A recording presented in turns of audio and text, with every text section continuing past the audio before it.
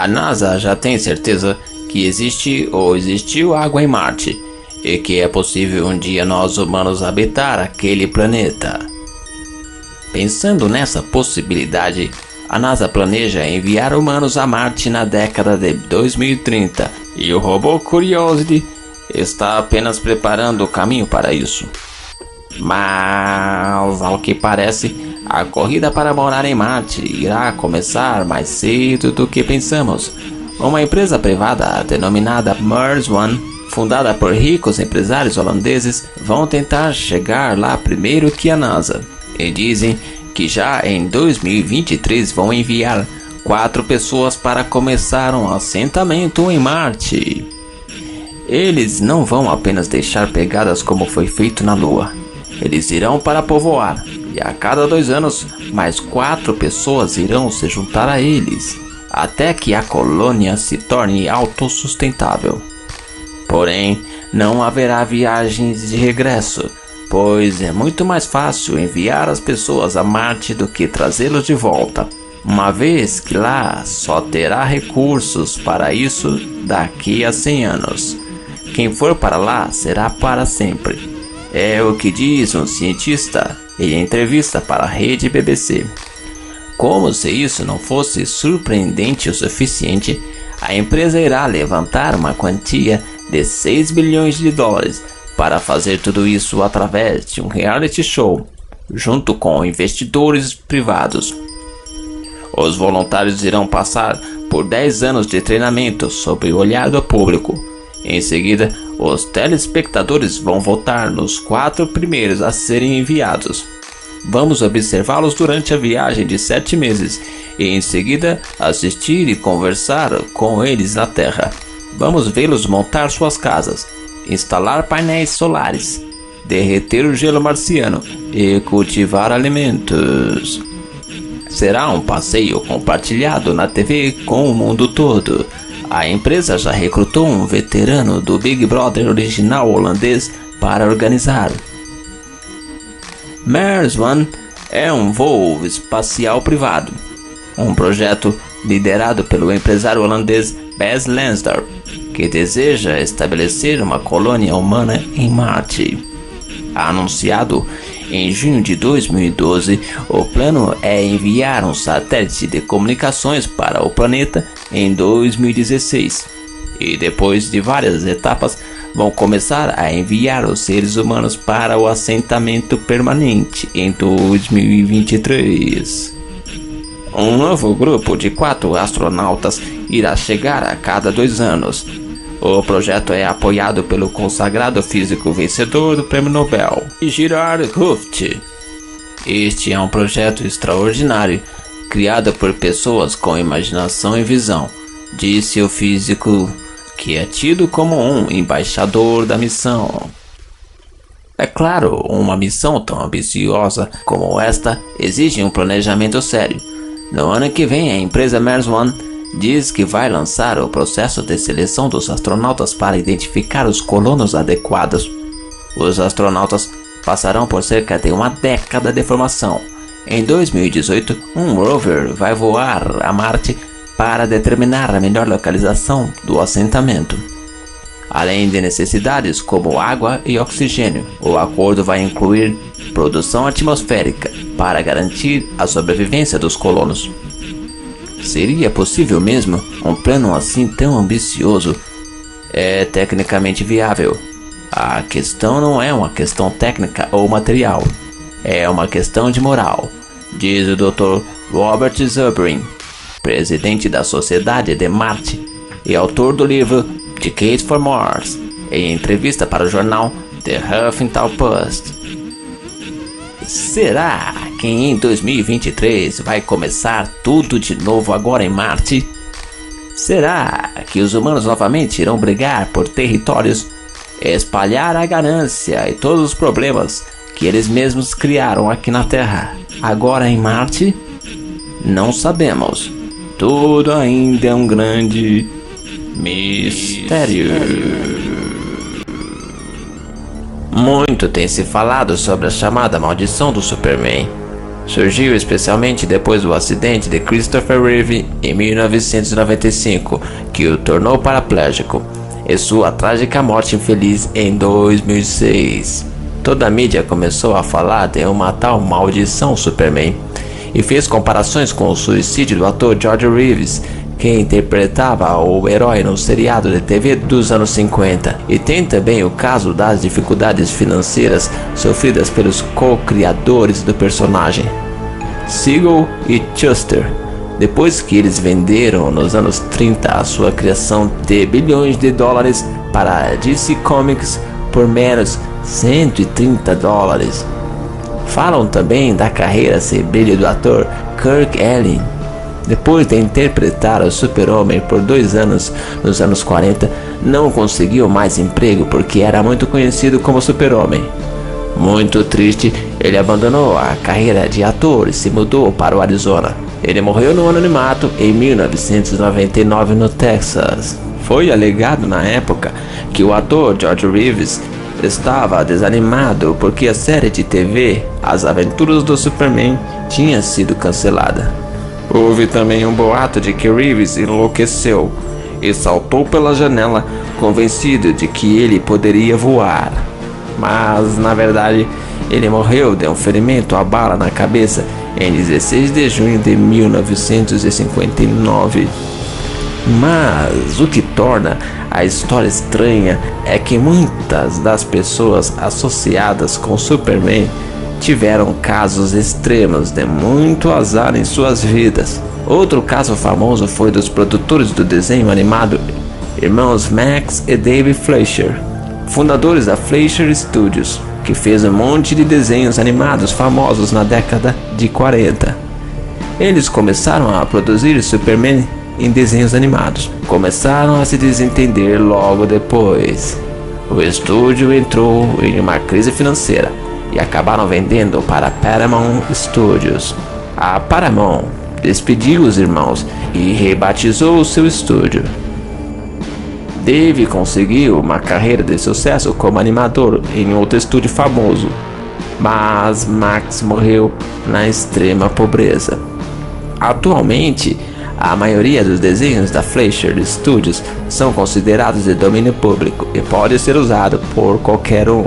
O comediante Richard Pryor desempenhou um vilão em Superman 3 no ano de 1993. 3 anos depois, ele foi diagnosticado com esclerose múltipla. Marlon Brando, que entre seus muitos papéis no cinema, interpretou Jor-El, pai kryptoniano do Super-Homem, em Superman The Movie 1978. Marlon teve várias tragédias pessoais em sua vida. Em 1990, seu filho Christian disparou e matou o amante de sua irmã Cheyenne e foi condenado à prisão. Em 1995, Cheyenne, filha de Brando, se suicidou. Brando morreu em 2004 aos 80 anos de complicações decorrentes de coração, pulmão e insuficiência hepática e diabetes. O filme foi reformulado em 2006 com o nome de Superman Returns, e por incrível que pareça, Marlon Brando foi colocado no filme. Fazendo uso de novas técnicas digitais, Bryan Singer e a sua empresa de efeitos especiais conseguiram utilizar tanto as cenas não aproveitadas de Superman 2 quanto cenas do primeiro filme para recriar digitalmente o ator e incluir sua participação.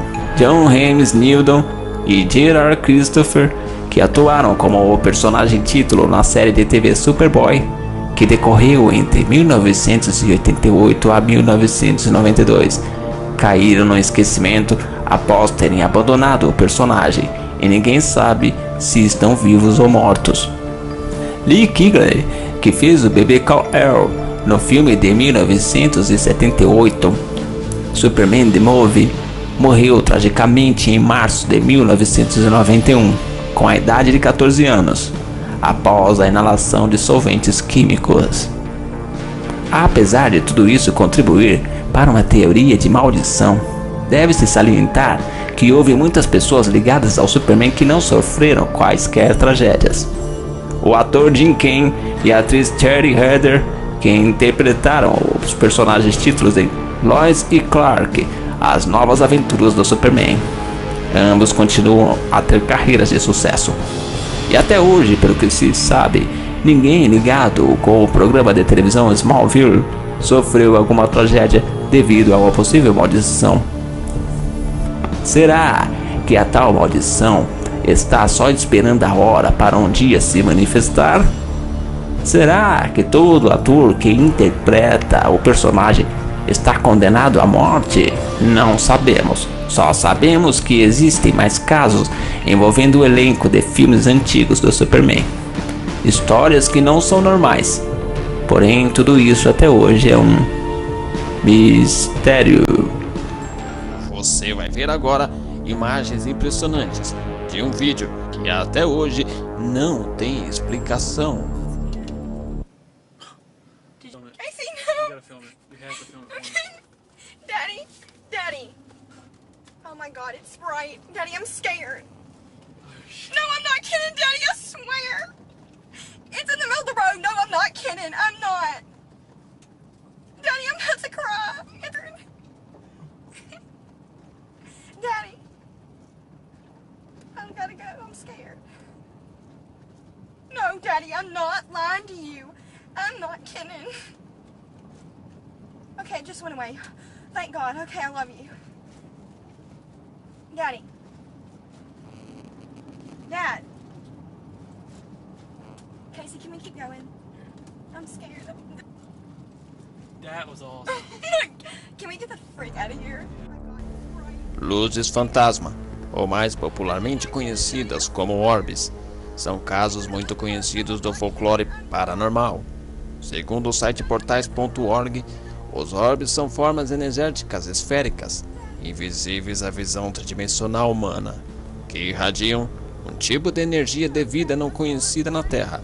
Por conseguinte, parecem-nos ser formas de vida não terrena que nos visitam, talvez através de portais interdimensionais, cientificamente designados por um buraco de minhoca ou túneis do espaço-tempo. Em Arkansas, no sudoeste dos Estados Unidos, de onde vem esse vídeo, existem vários casos de avistamento de orbes fantasmagóricos, um na cidade de Gordon e outro em Crowset. Ambos são similares na aparência. As testemunhas descrevem-nos como luzes brancas brilhantes que ocasionalmente se movem ao longo do bosque. Dizem que as luzes já foram vistas por várias pessoas ao longo dos anos e que em Gordon foi vista pela primeira vez no início dos anos 30. Pesquisadores e cientistas que investigam esse estranho fenômeno até hoje não sabem dizer ao certo do que se trata. Enquanto isso, esse vídeo até hoje não foi explicado e é um verdadeiro mistério.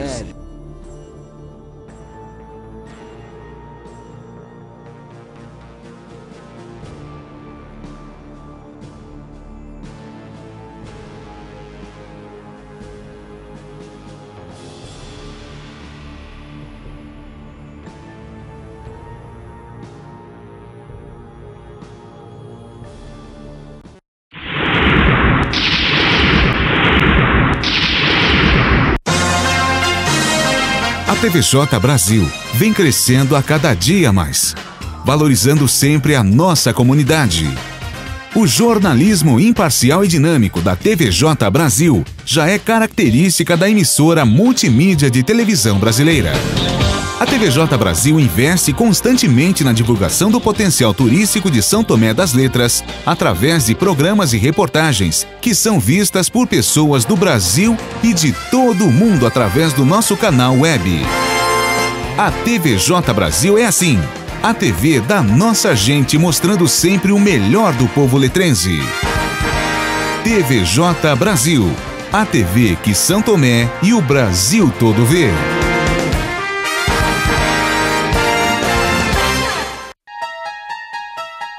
Doutor Mistério, toda sexta-feira, à meia-noite.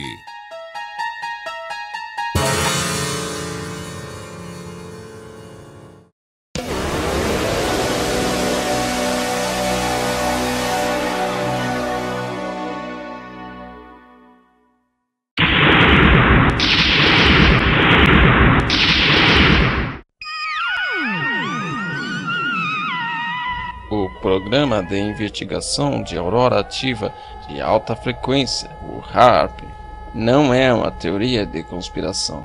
O barulho sônico retumbante e estranhas luzes piscando tem sido observado por inúmeros cidadãos.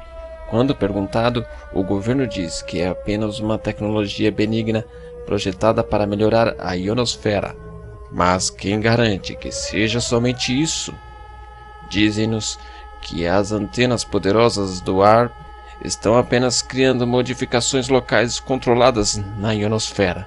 As teorias sobre o HAARP realmente abundam, e algumas vão fazer você pensar muito bem antes de descartá-las. Não importa o quão loucas elas pareçam. Os fatos são que os militares dos Estados Unidos gastaram bilhões no projeto, e eles constantemente minimizam seu verdadeiro poder. Mas sabemos, com certeza, que o HAARP tem a capacidade de fazer as seguintes coisas: criar um efeito na atmosfera tão dramático como o de uma bomba termonuclear, que pode derrubar toda a transmissão de rádio e outras frequências a mais de 1 milhão de quilômetros quadrados. Substituir o método atual que submarinos militares usam para se comunicar um com o outro e que pode trabalhar em águas extremamente profundas. Fornecer um sistema de radar melhor do que a atual tecnologia utiliza.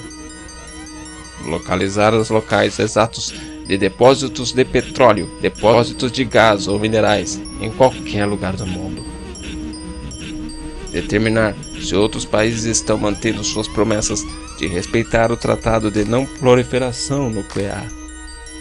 Detectar aviões inimigos ou até mesmo OVNIs. O HAARP foi criado com a ajuda do físico Bernard J. Eastman e está patenteado desde a década de 80, intitulado de Método e Aparelho para alterar uma região na atmosfera da Terra, ionosfera ou magnetosfera. Sua patente, no entanto, foi baseada no trabalho de Nikola Tesla, que sugeriu que as frequências de rádio poderiam transmitir sem fio aproximadamente 1 watt por centímetro cúbico por segundo para qualquer lugar do planeta. A energia gerada a partir do solo poderia ser enviada para o curso superior da atmosfera da Terra por quilômetros de distância da superfície do planeta. Alguns acreditam que o HAARP é simplesmente uma maneira de prevenir terremotos e outros desastres naturais, mas muitos dizem que o governo dos Estados Unidos está brincando com a maior obra de Tesla e provocando inúmeras inundações, secas, furacões e tsunamis. Outros ainda acreditam que é uma forma de controle mental em massa, também baseado em descobertas de Nikola Tesla, de que os seres humanos operam em uma frequência de 8 Hz. Gerido pela Força Aérea dos Estados Unidos e outras agências clandestinas, essa é uma instalação ultra-secreta, e esses experimentos estão sendo realizados em todo o mundo. Existem várias instalações ao redor do mundo e uma outra versão ainda mais poderosa no antigo Estado Soviético. A maioria das pessoas estão convencidas de que HAARP é uma espécie de estação meteorológica, mas quem estudar as patentes de Bernard Eastman e as obras de Nikola Tesla vai perceber o potencial de um equipamento desse tipo. Será que um dia a humanidade em geral vai acordar e deixar de ser enganada? Não sabemos. Tudo ainda é um grande mistério. Dizem que a mente humana tem a tendência de classificar o incomum como impossível. Talvez seja por isso que muita gente ainda duvide dessa história. Edward Mordrake era um nobre inglês do século XIX que tinha um rosto extra na parte de trás de sua cabeça. Segundo a história, o rosto extra não podia comer nem falar, mas podia rir e chorar. Edward implorou aos médicos para ter o seu irmão gêmeo maligno removido, porque, supostamente, ele sussurrava coisas horríveis para ele à noite, mas nenhum médico queria tentar tal tarefa. A verdadeira e terrível história de Edward Mordrake é um dos casos mais estranhos da medicina que se tem conhecimento. Apesar de toda a história estar perdida e mudar os detalhes ao longo do tempo, Parece que esse caso incomum ocorreu no início da história médica, contada apenas entre amigos e conhecidos. Na verdade, sua história de vida tornou-se tão confusa ao longo do tempo que hoje em dia não há data exata de nascimento ou morte de Edward. Mas para muitos pesquisadores modernos, nasceu e morreu na Inglaterra, em algum momento no século XIX, com alguns apontando para a data de 1887. Sua mãe era a Condessa Darlington. Quando Edward nasceu com essa estranha doença, a ciência médica da época não soube explicar. Hoje é conhecida como diprosopos ou diprosopia, chamada frequentemente duplicação crâniofacial. É uma doença muito rara. A hipótese, uma vez que nada está confirmado, é uma duplicação inicial da notocorda que leva a duas placas de costelas cristas e depois duplica os nervos. Sob essas condições, aqueles que sofrem dessa doença nascem com duas faces, têm um corpo normal e membros, mas a maioria das características enumeradas são repetidos. Dependendo da condição congênita, o indivíduo pode ter até 4 orelhas, 4 olhos e 2 bocas. Mas a história do jovem Edward tornou-se assim um dos casos mais estranhos, misterioso e doloroso da deformidade humana. Edward Mordrake era aparentemente um menino estudioso de grande conhecimento. Era um bom aluno e músico violinista com muita habilidade, herdeiro de uma família muito rica e nobre da Inglaterra. Ainda jovem, nunca quis reivindicar o título de nobreza e suicidou-se aos 23 anos. Era um rapaz solitário e evitava visitas de todos os seres humanos, até mesmo membros de sua própria família. Conforme disseram em sua história triste, esse rosto não comia e nem bebia, mas podia rir e chorar, e mostrava sinais de ter um ar maligno. Dizem que era possível ver o rosto sorrindo e fazendo caretas enquanto zombava de Mordrake, enquanto ele chorava. Segundo a lenda, seus olhos seguiam os movimentos de quem passava em sua frente, movendo os lábios sem parar. A voz, se é que tinha uma voz, era inaudível para os seres humanos. Mas Mordrake alegou que durante a noite ele não conseguia dormir por causa dos sussurros de ódio de seu outro rosto, que ele chamava de irmão gêmeo do mal, que nunca dormia. Eu te odeio, cara. Eu vou te matar, cara. Eu te odeio. Embora constantemente vigiado, Mordrake acabou se suicidando aos 23 anos. Ele apenas deixou uma carta, na qual agradecia a seus pais e seus irmãos o amor recebido, e fazia um último pedido inevitável de que a sua outra face fosse destruída antes de seu funeral, para não continuar com seus sussurros terríveis na sepultura. Alguns relatam que os médicos decidiram remover a face do mal antes do enterro, para satisfazer o desejo do jovem e dar paz e descanso eterno. O método de seu suicídio também tem diferentes versões. Alguns dizem que ele ingeriu veneno. Em outras versões diz que ele enfiou uma bala entre os olhos de seu irmão demônio. Sua vida e morte são agora parte de obras de teatro, cinema, textos, pinturas e até mesmo música. Ao longo da história surgiram muitos outros casos parecidos ao de Mordrake. Pascual Pinon, o mais conhecido como mexicano de 2 cabeças. O chinês Shang Tsuping. E muitos outros casos.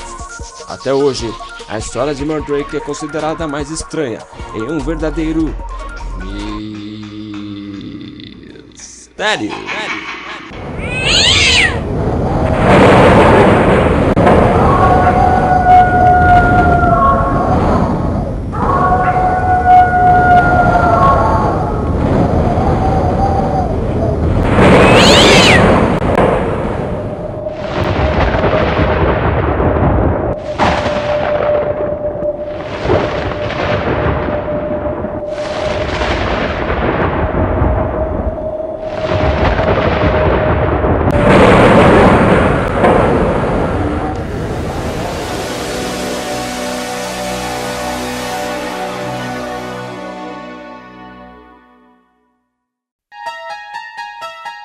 Doutor Mistério, toda sexta-feira, à meia-noite.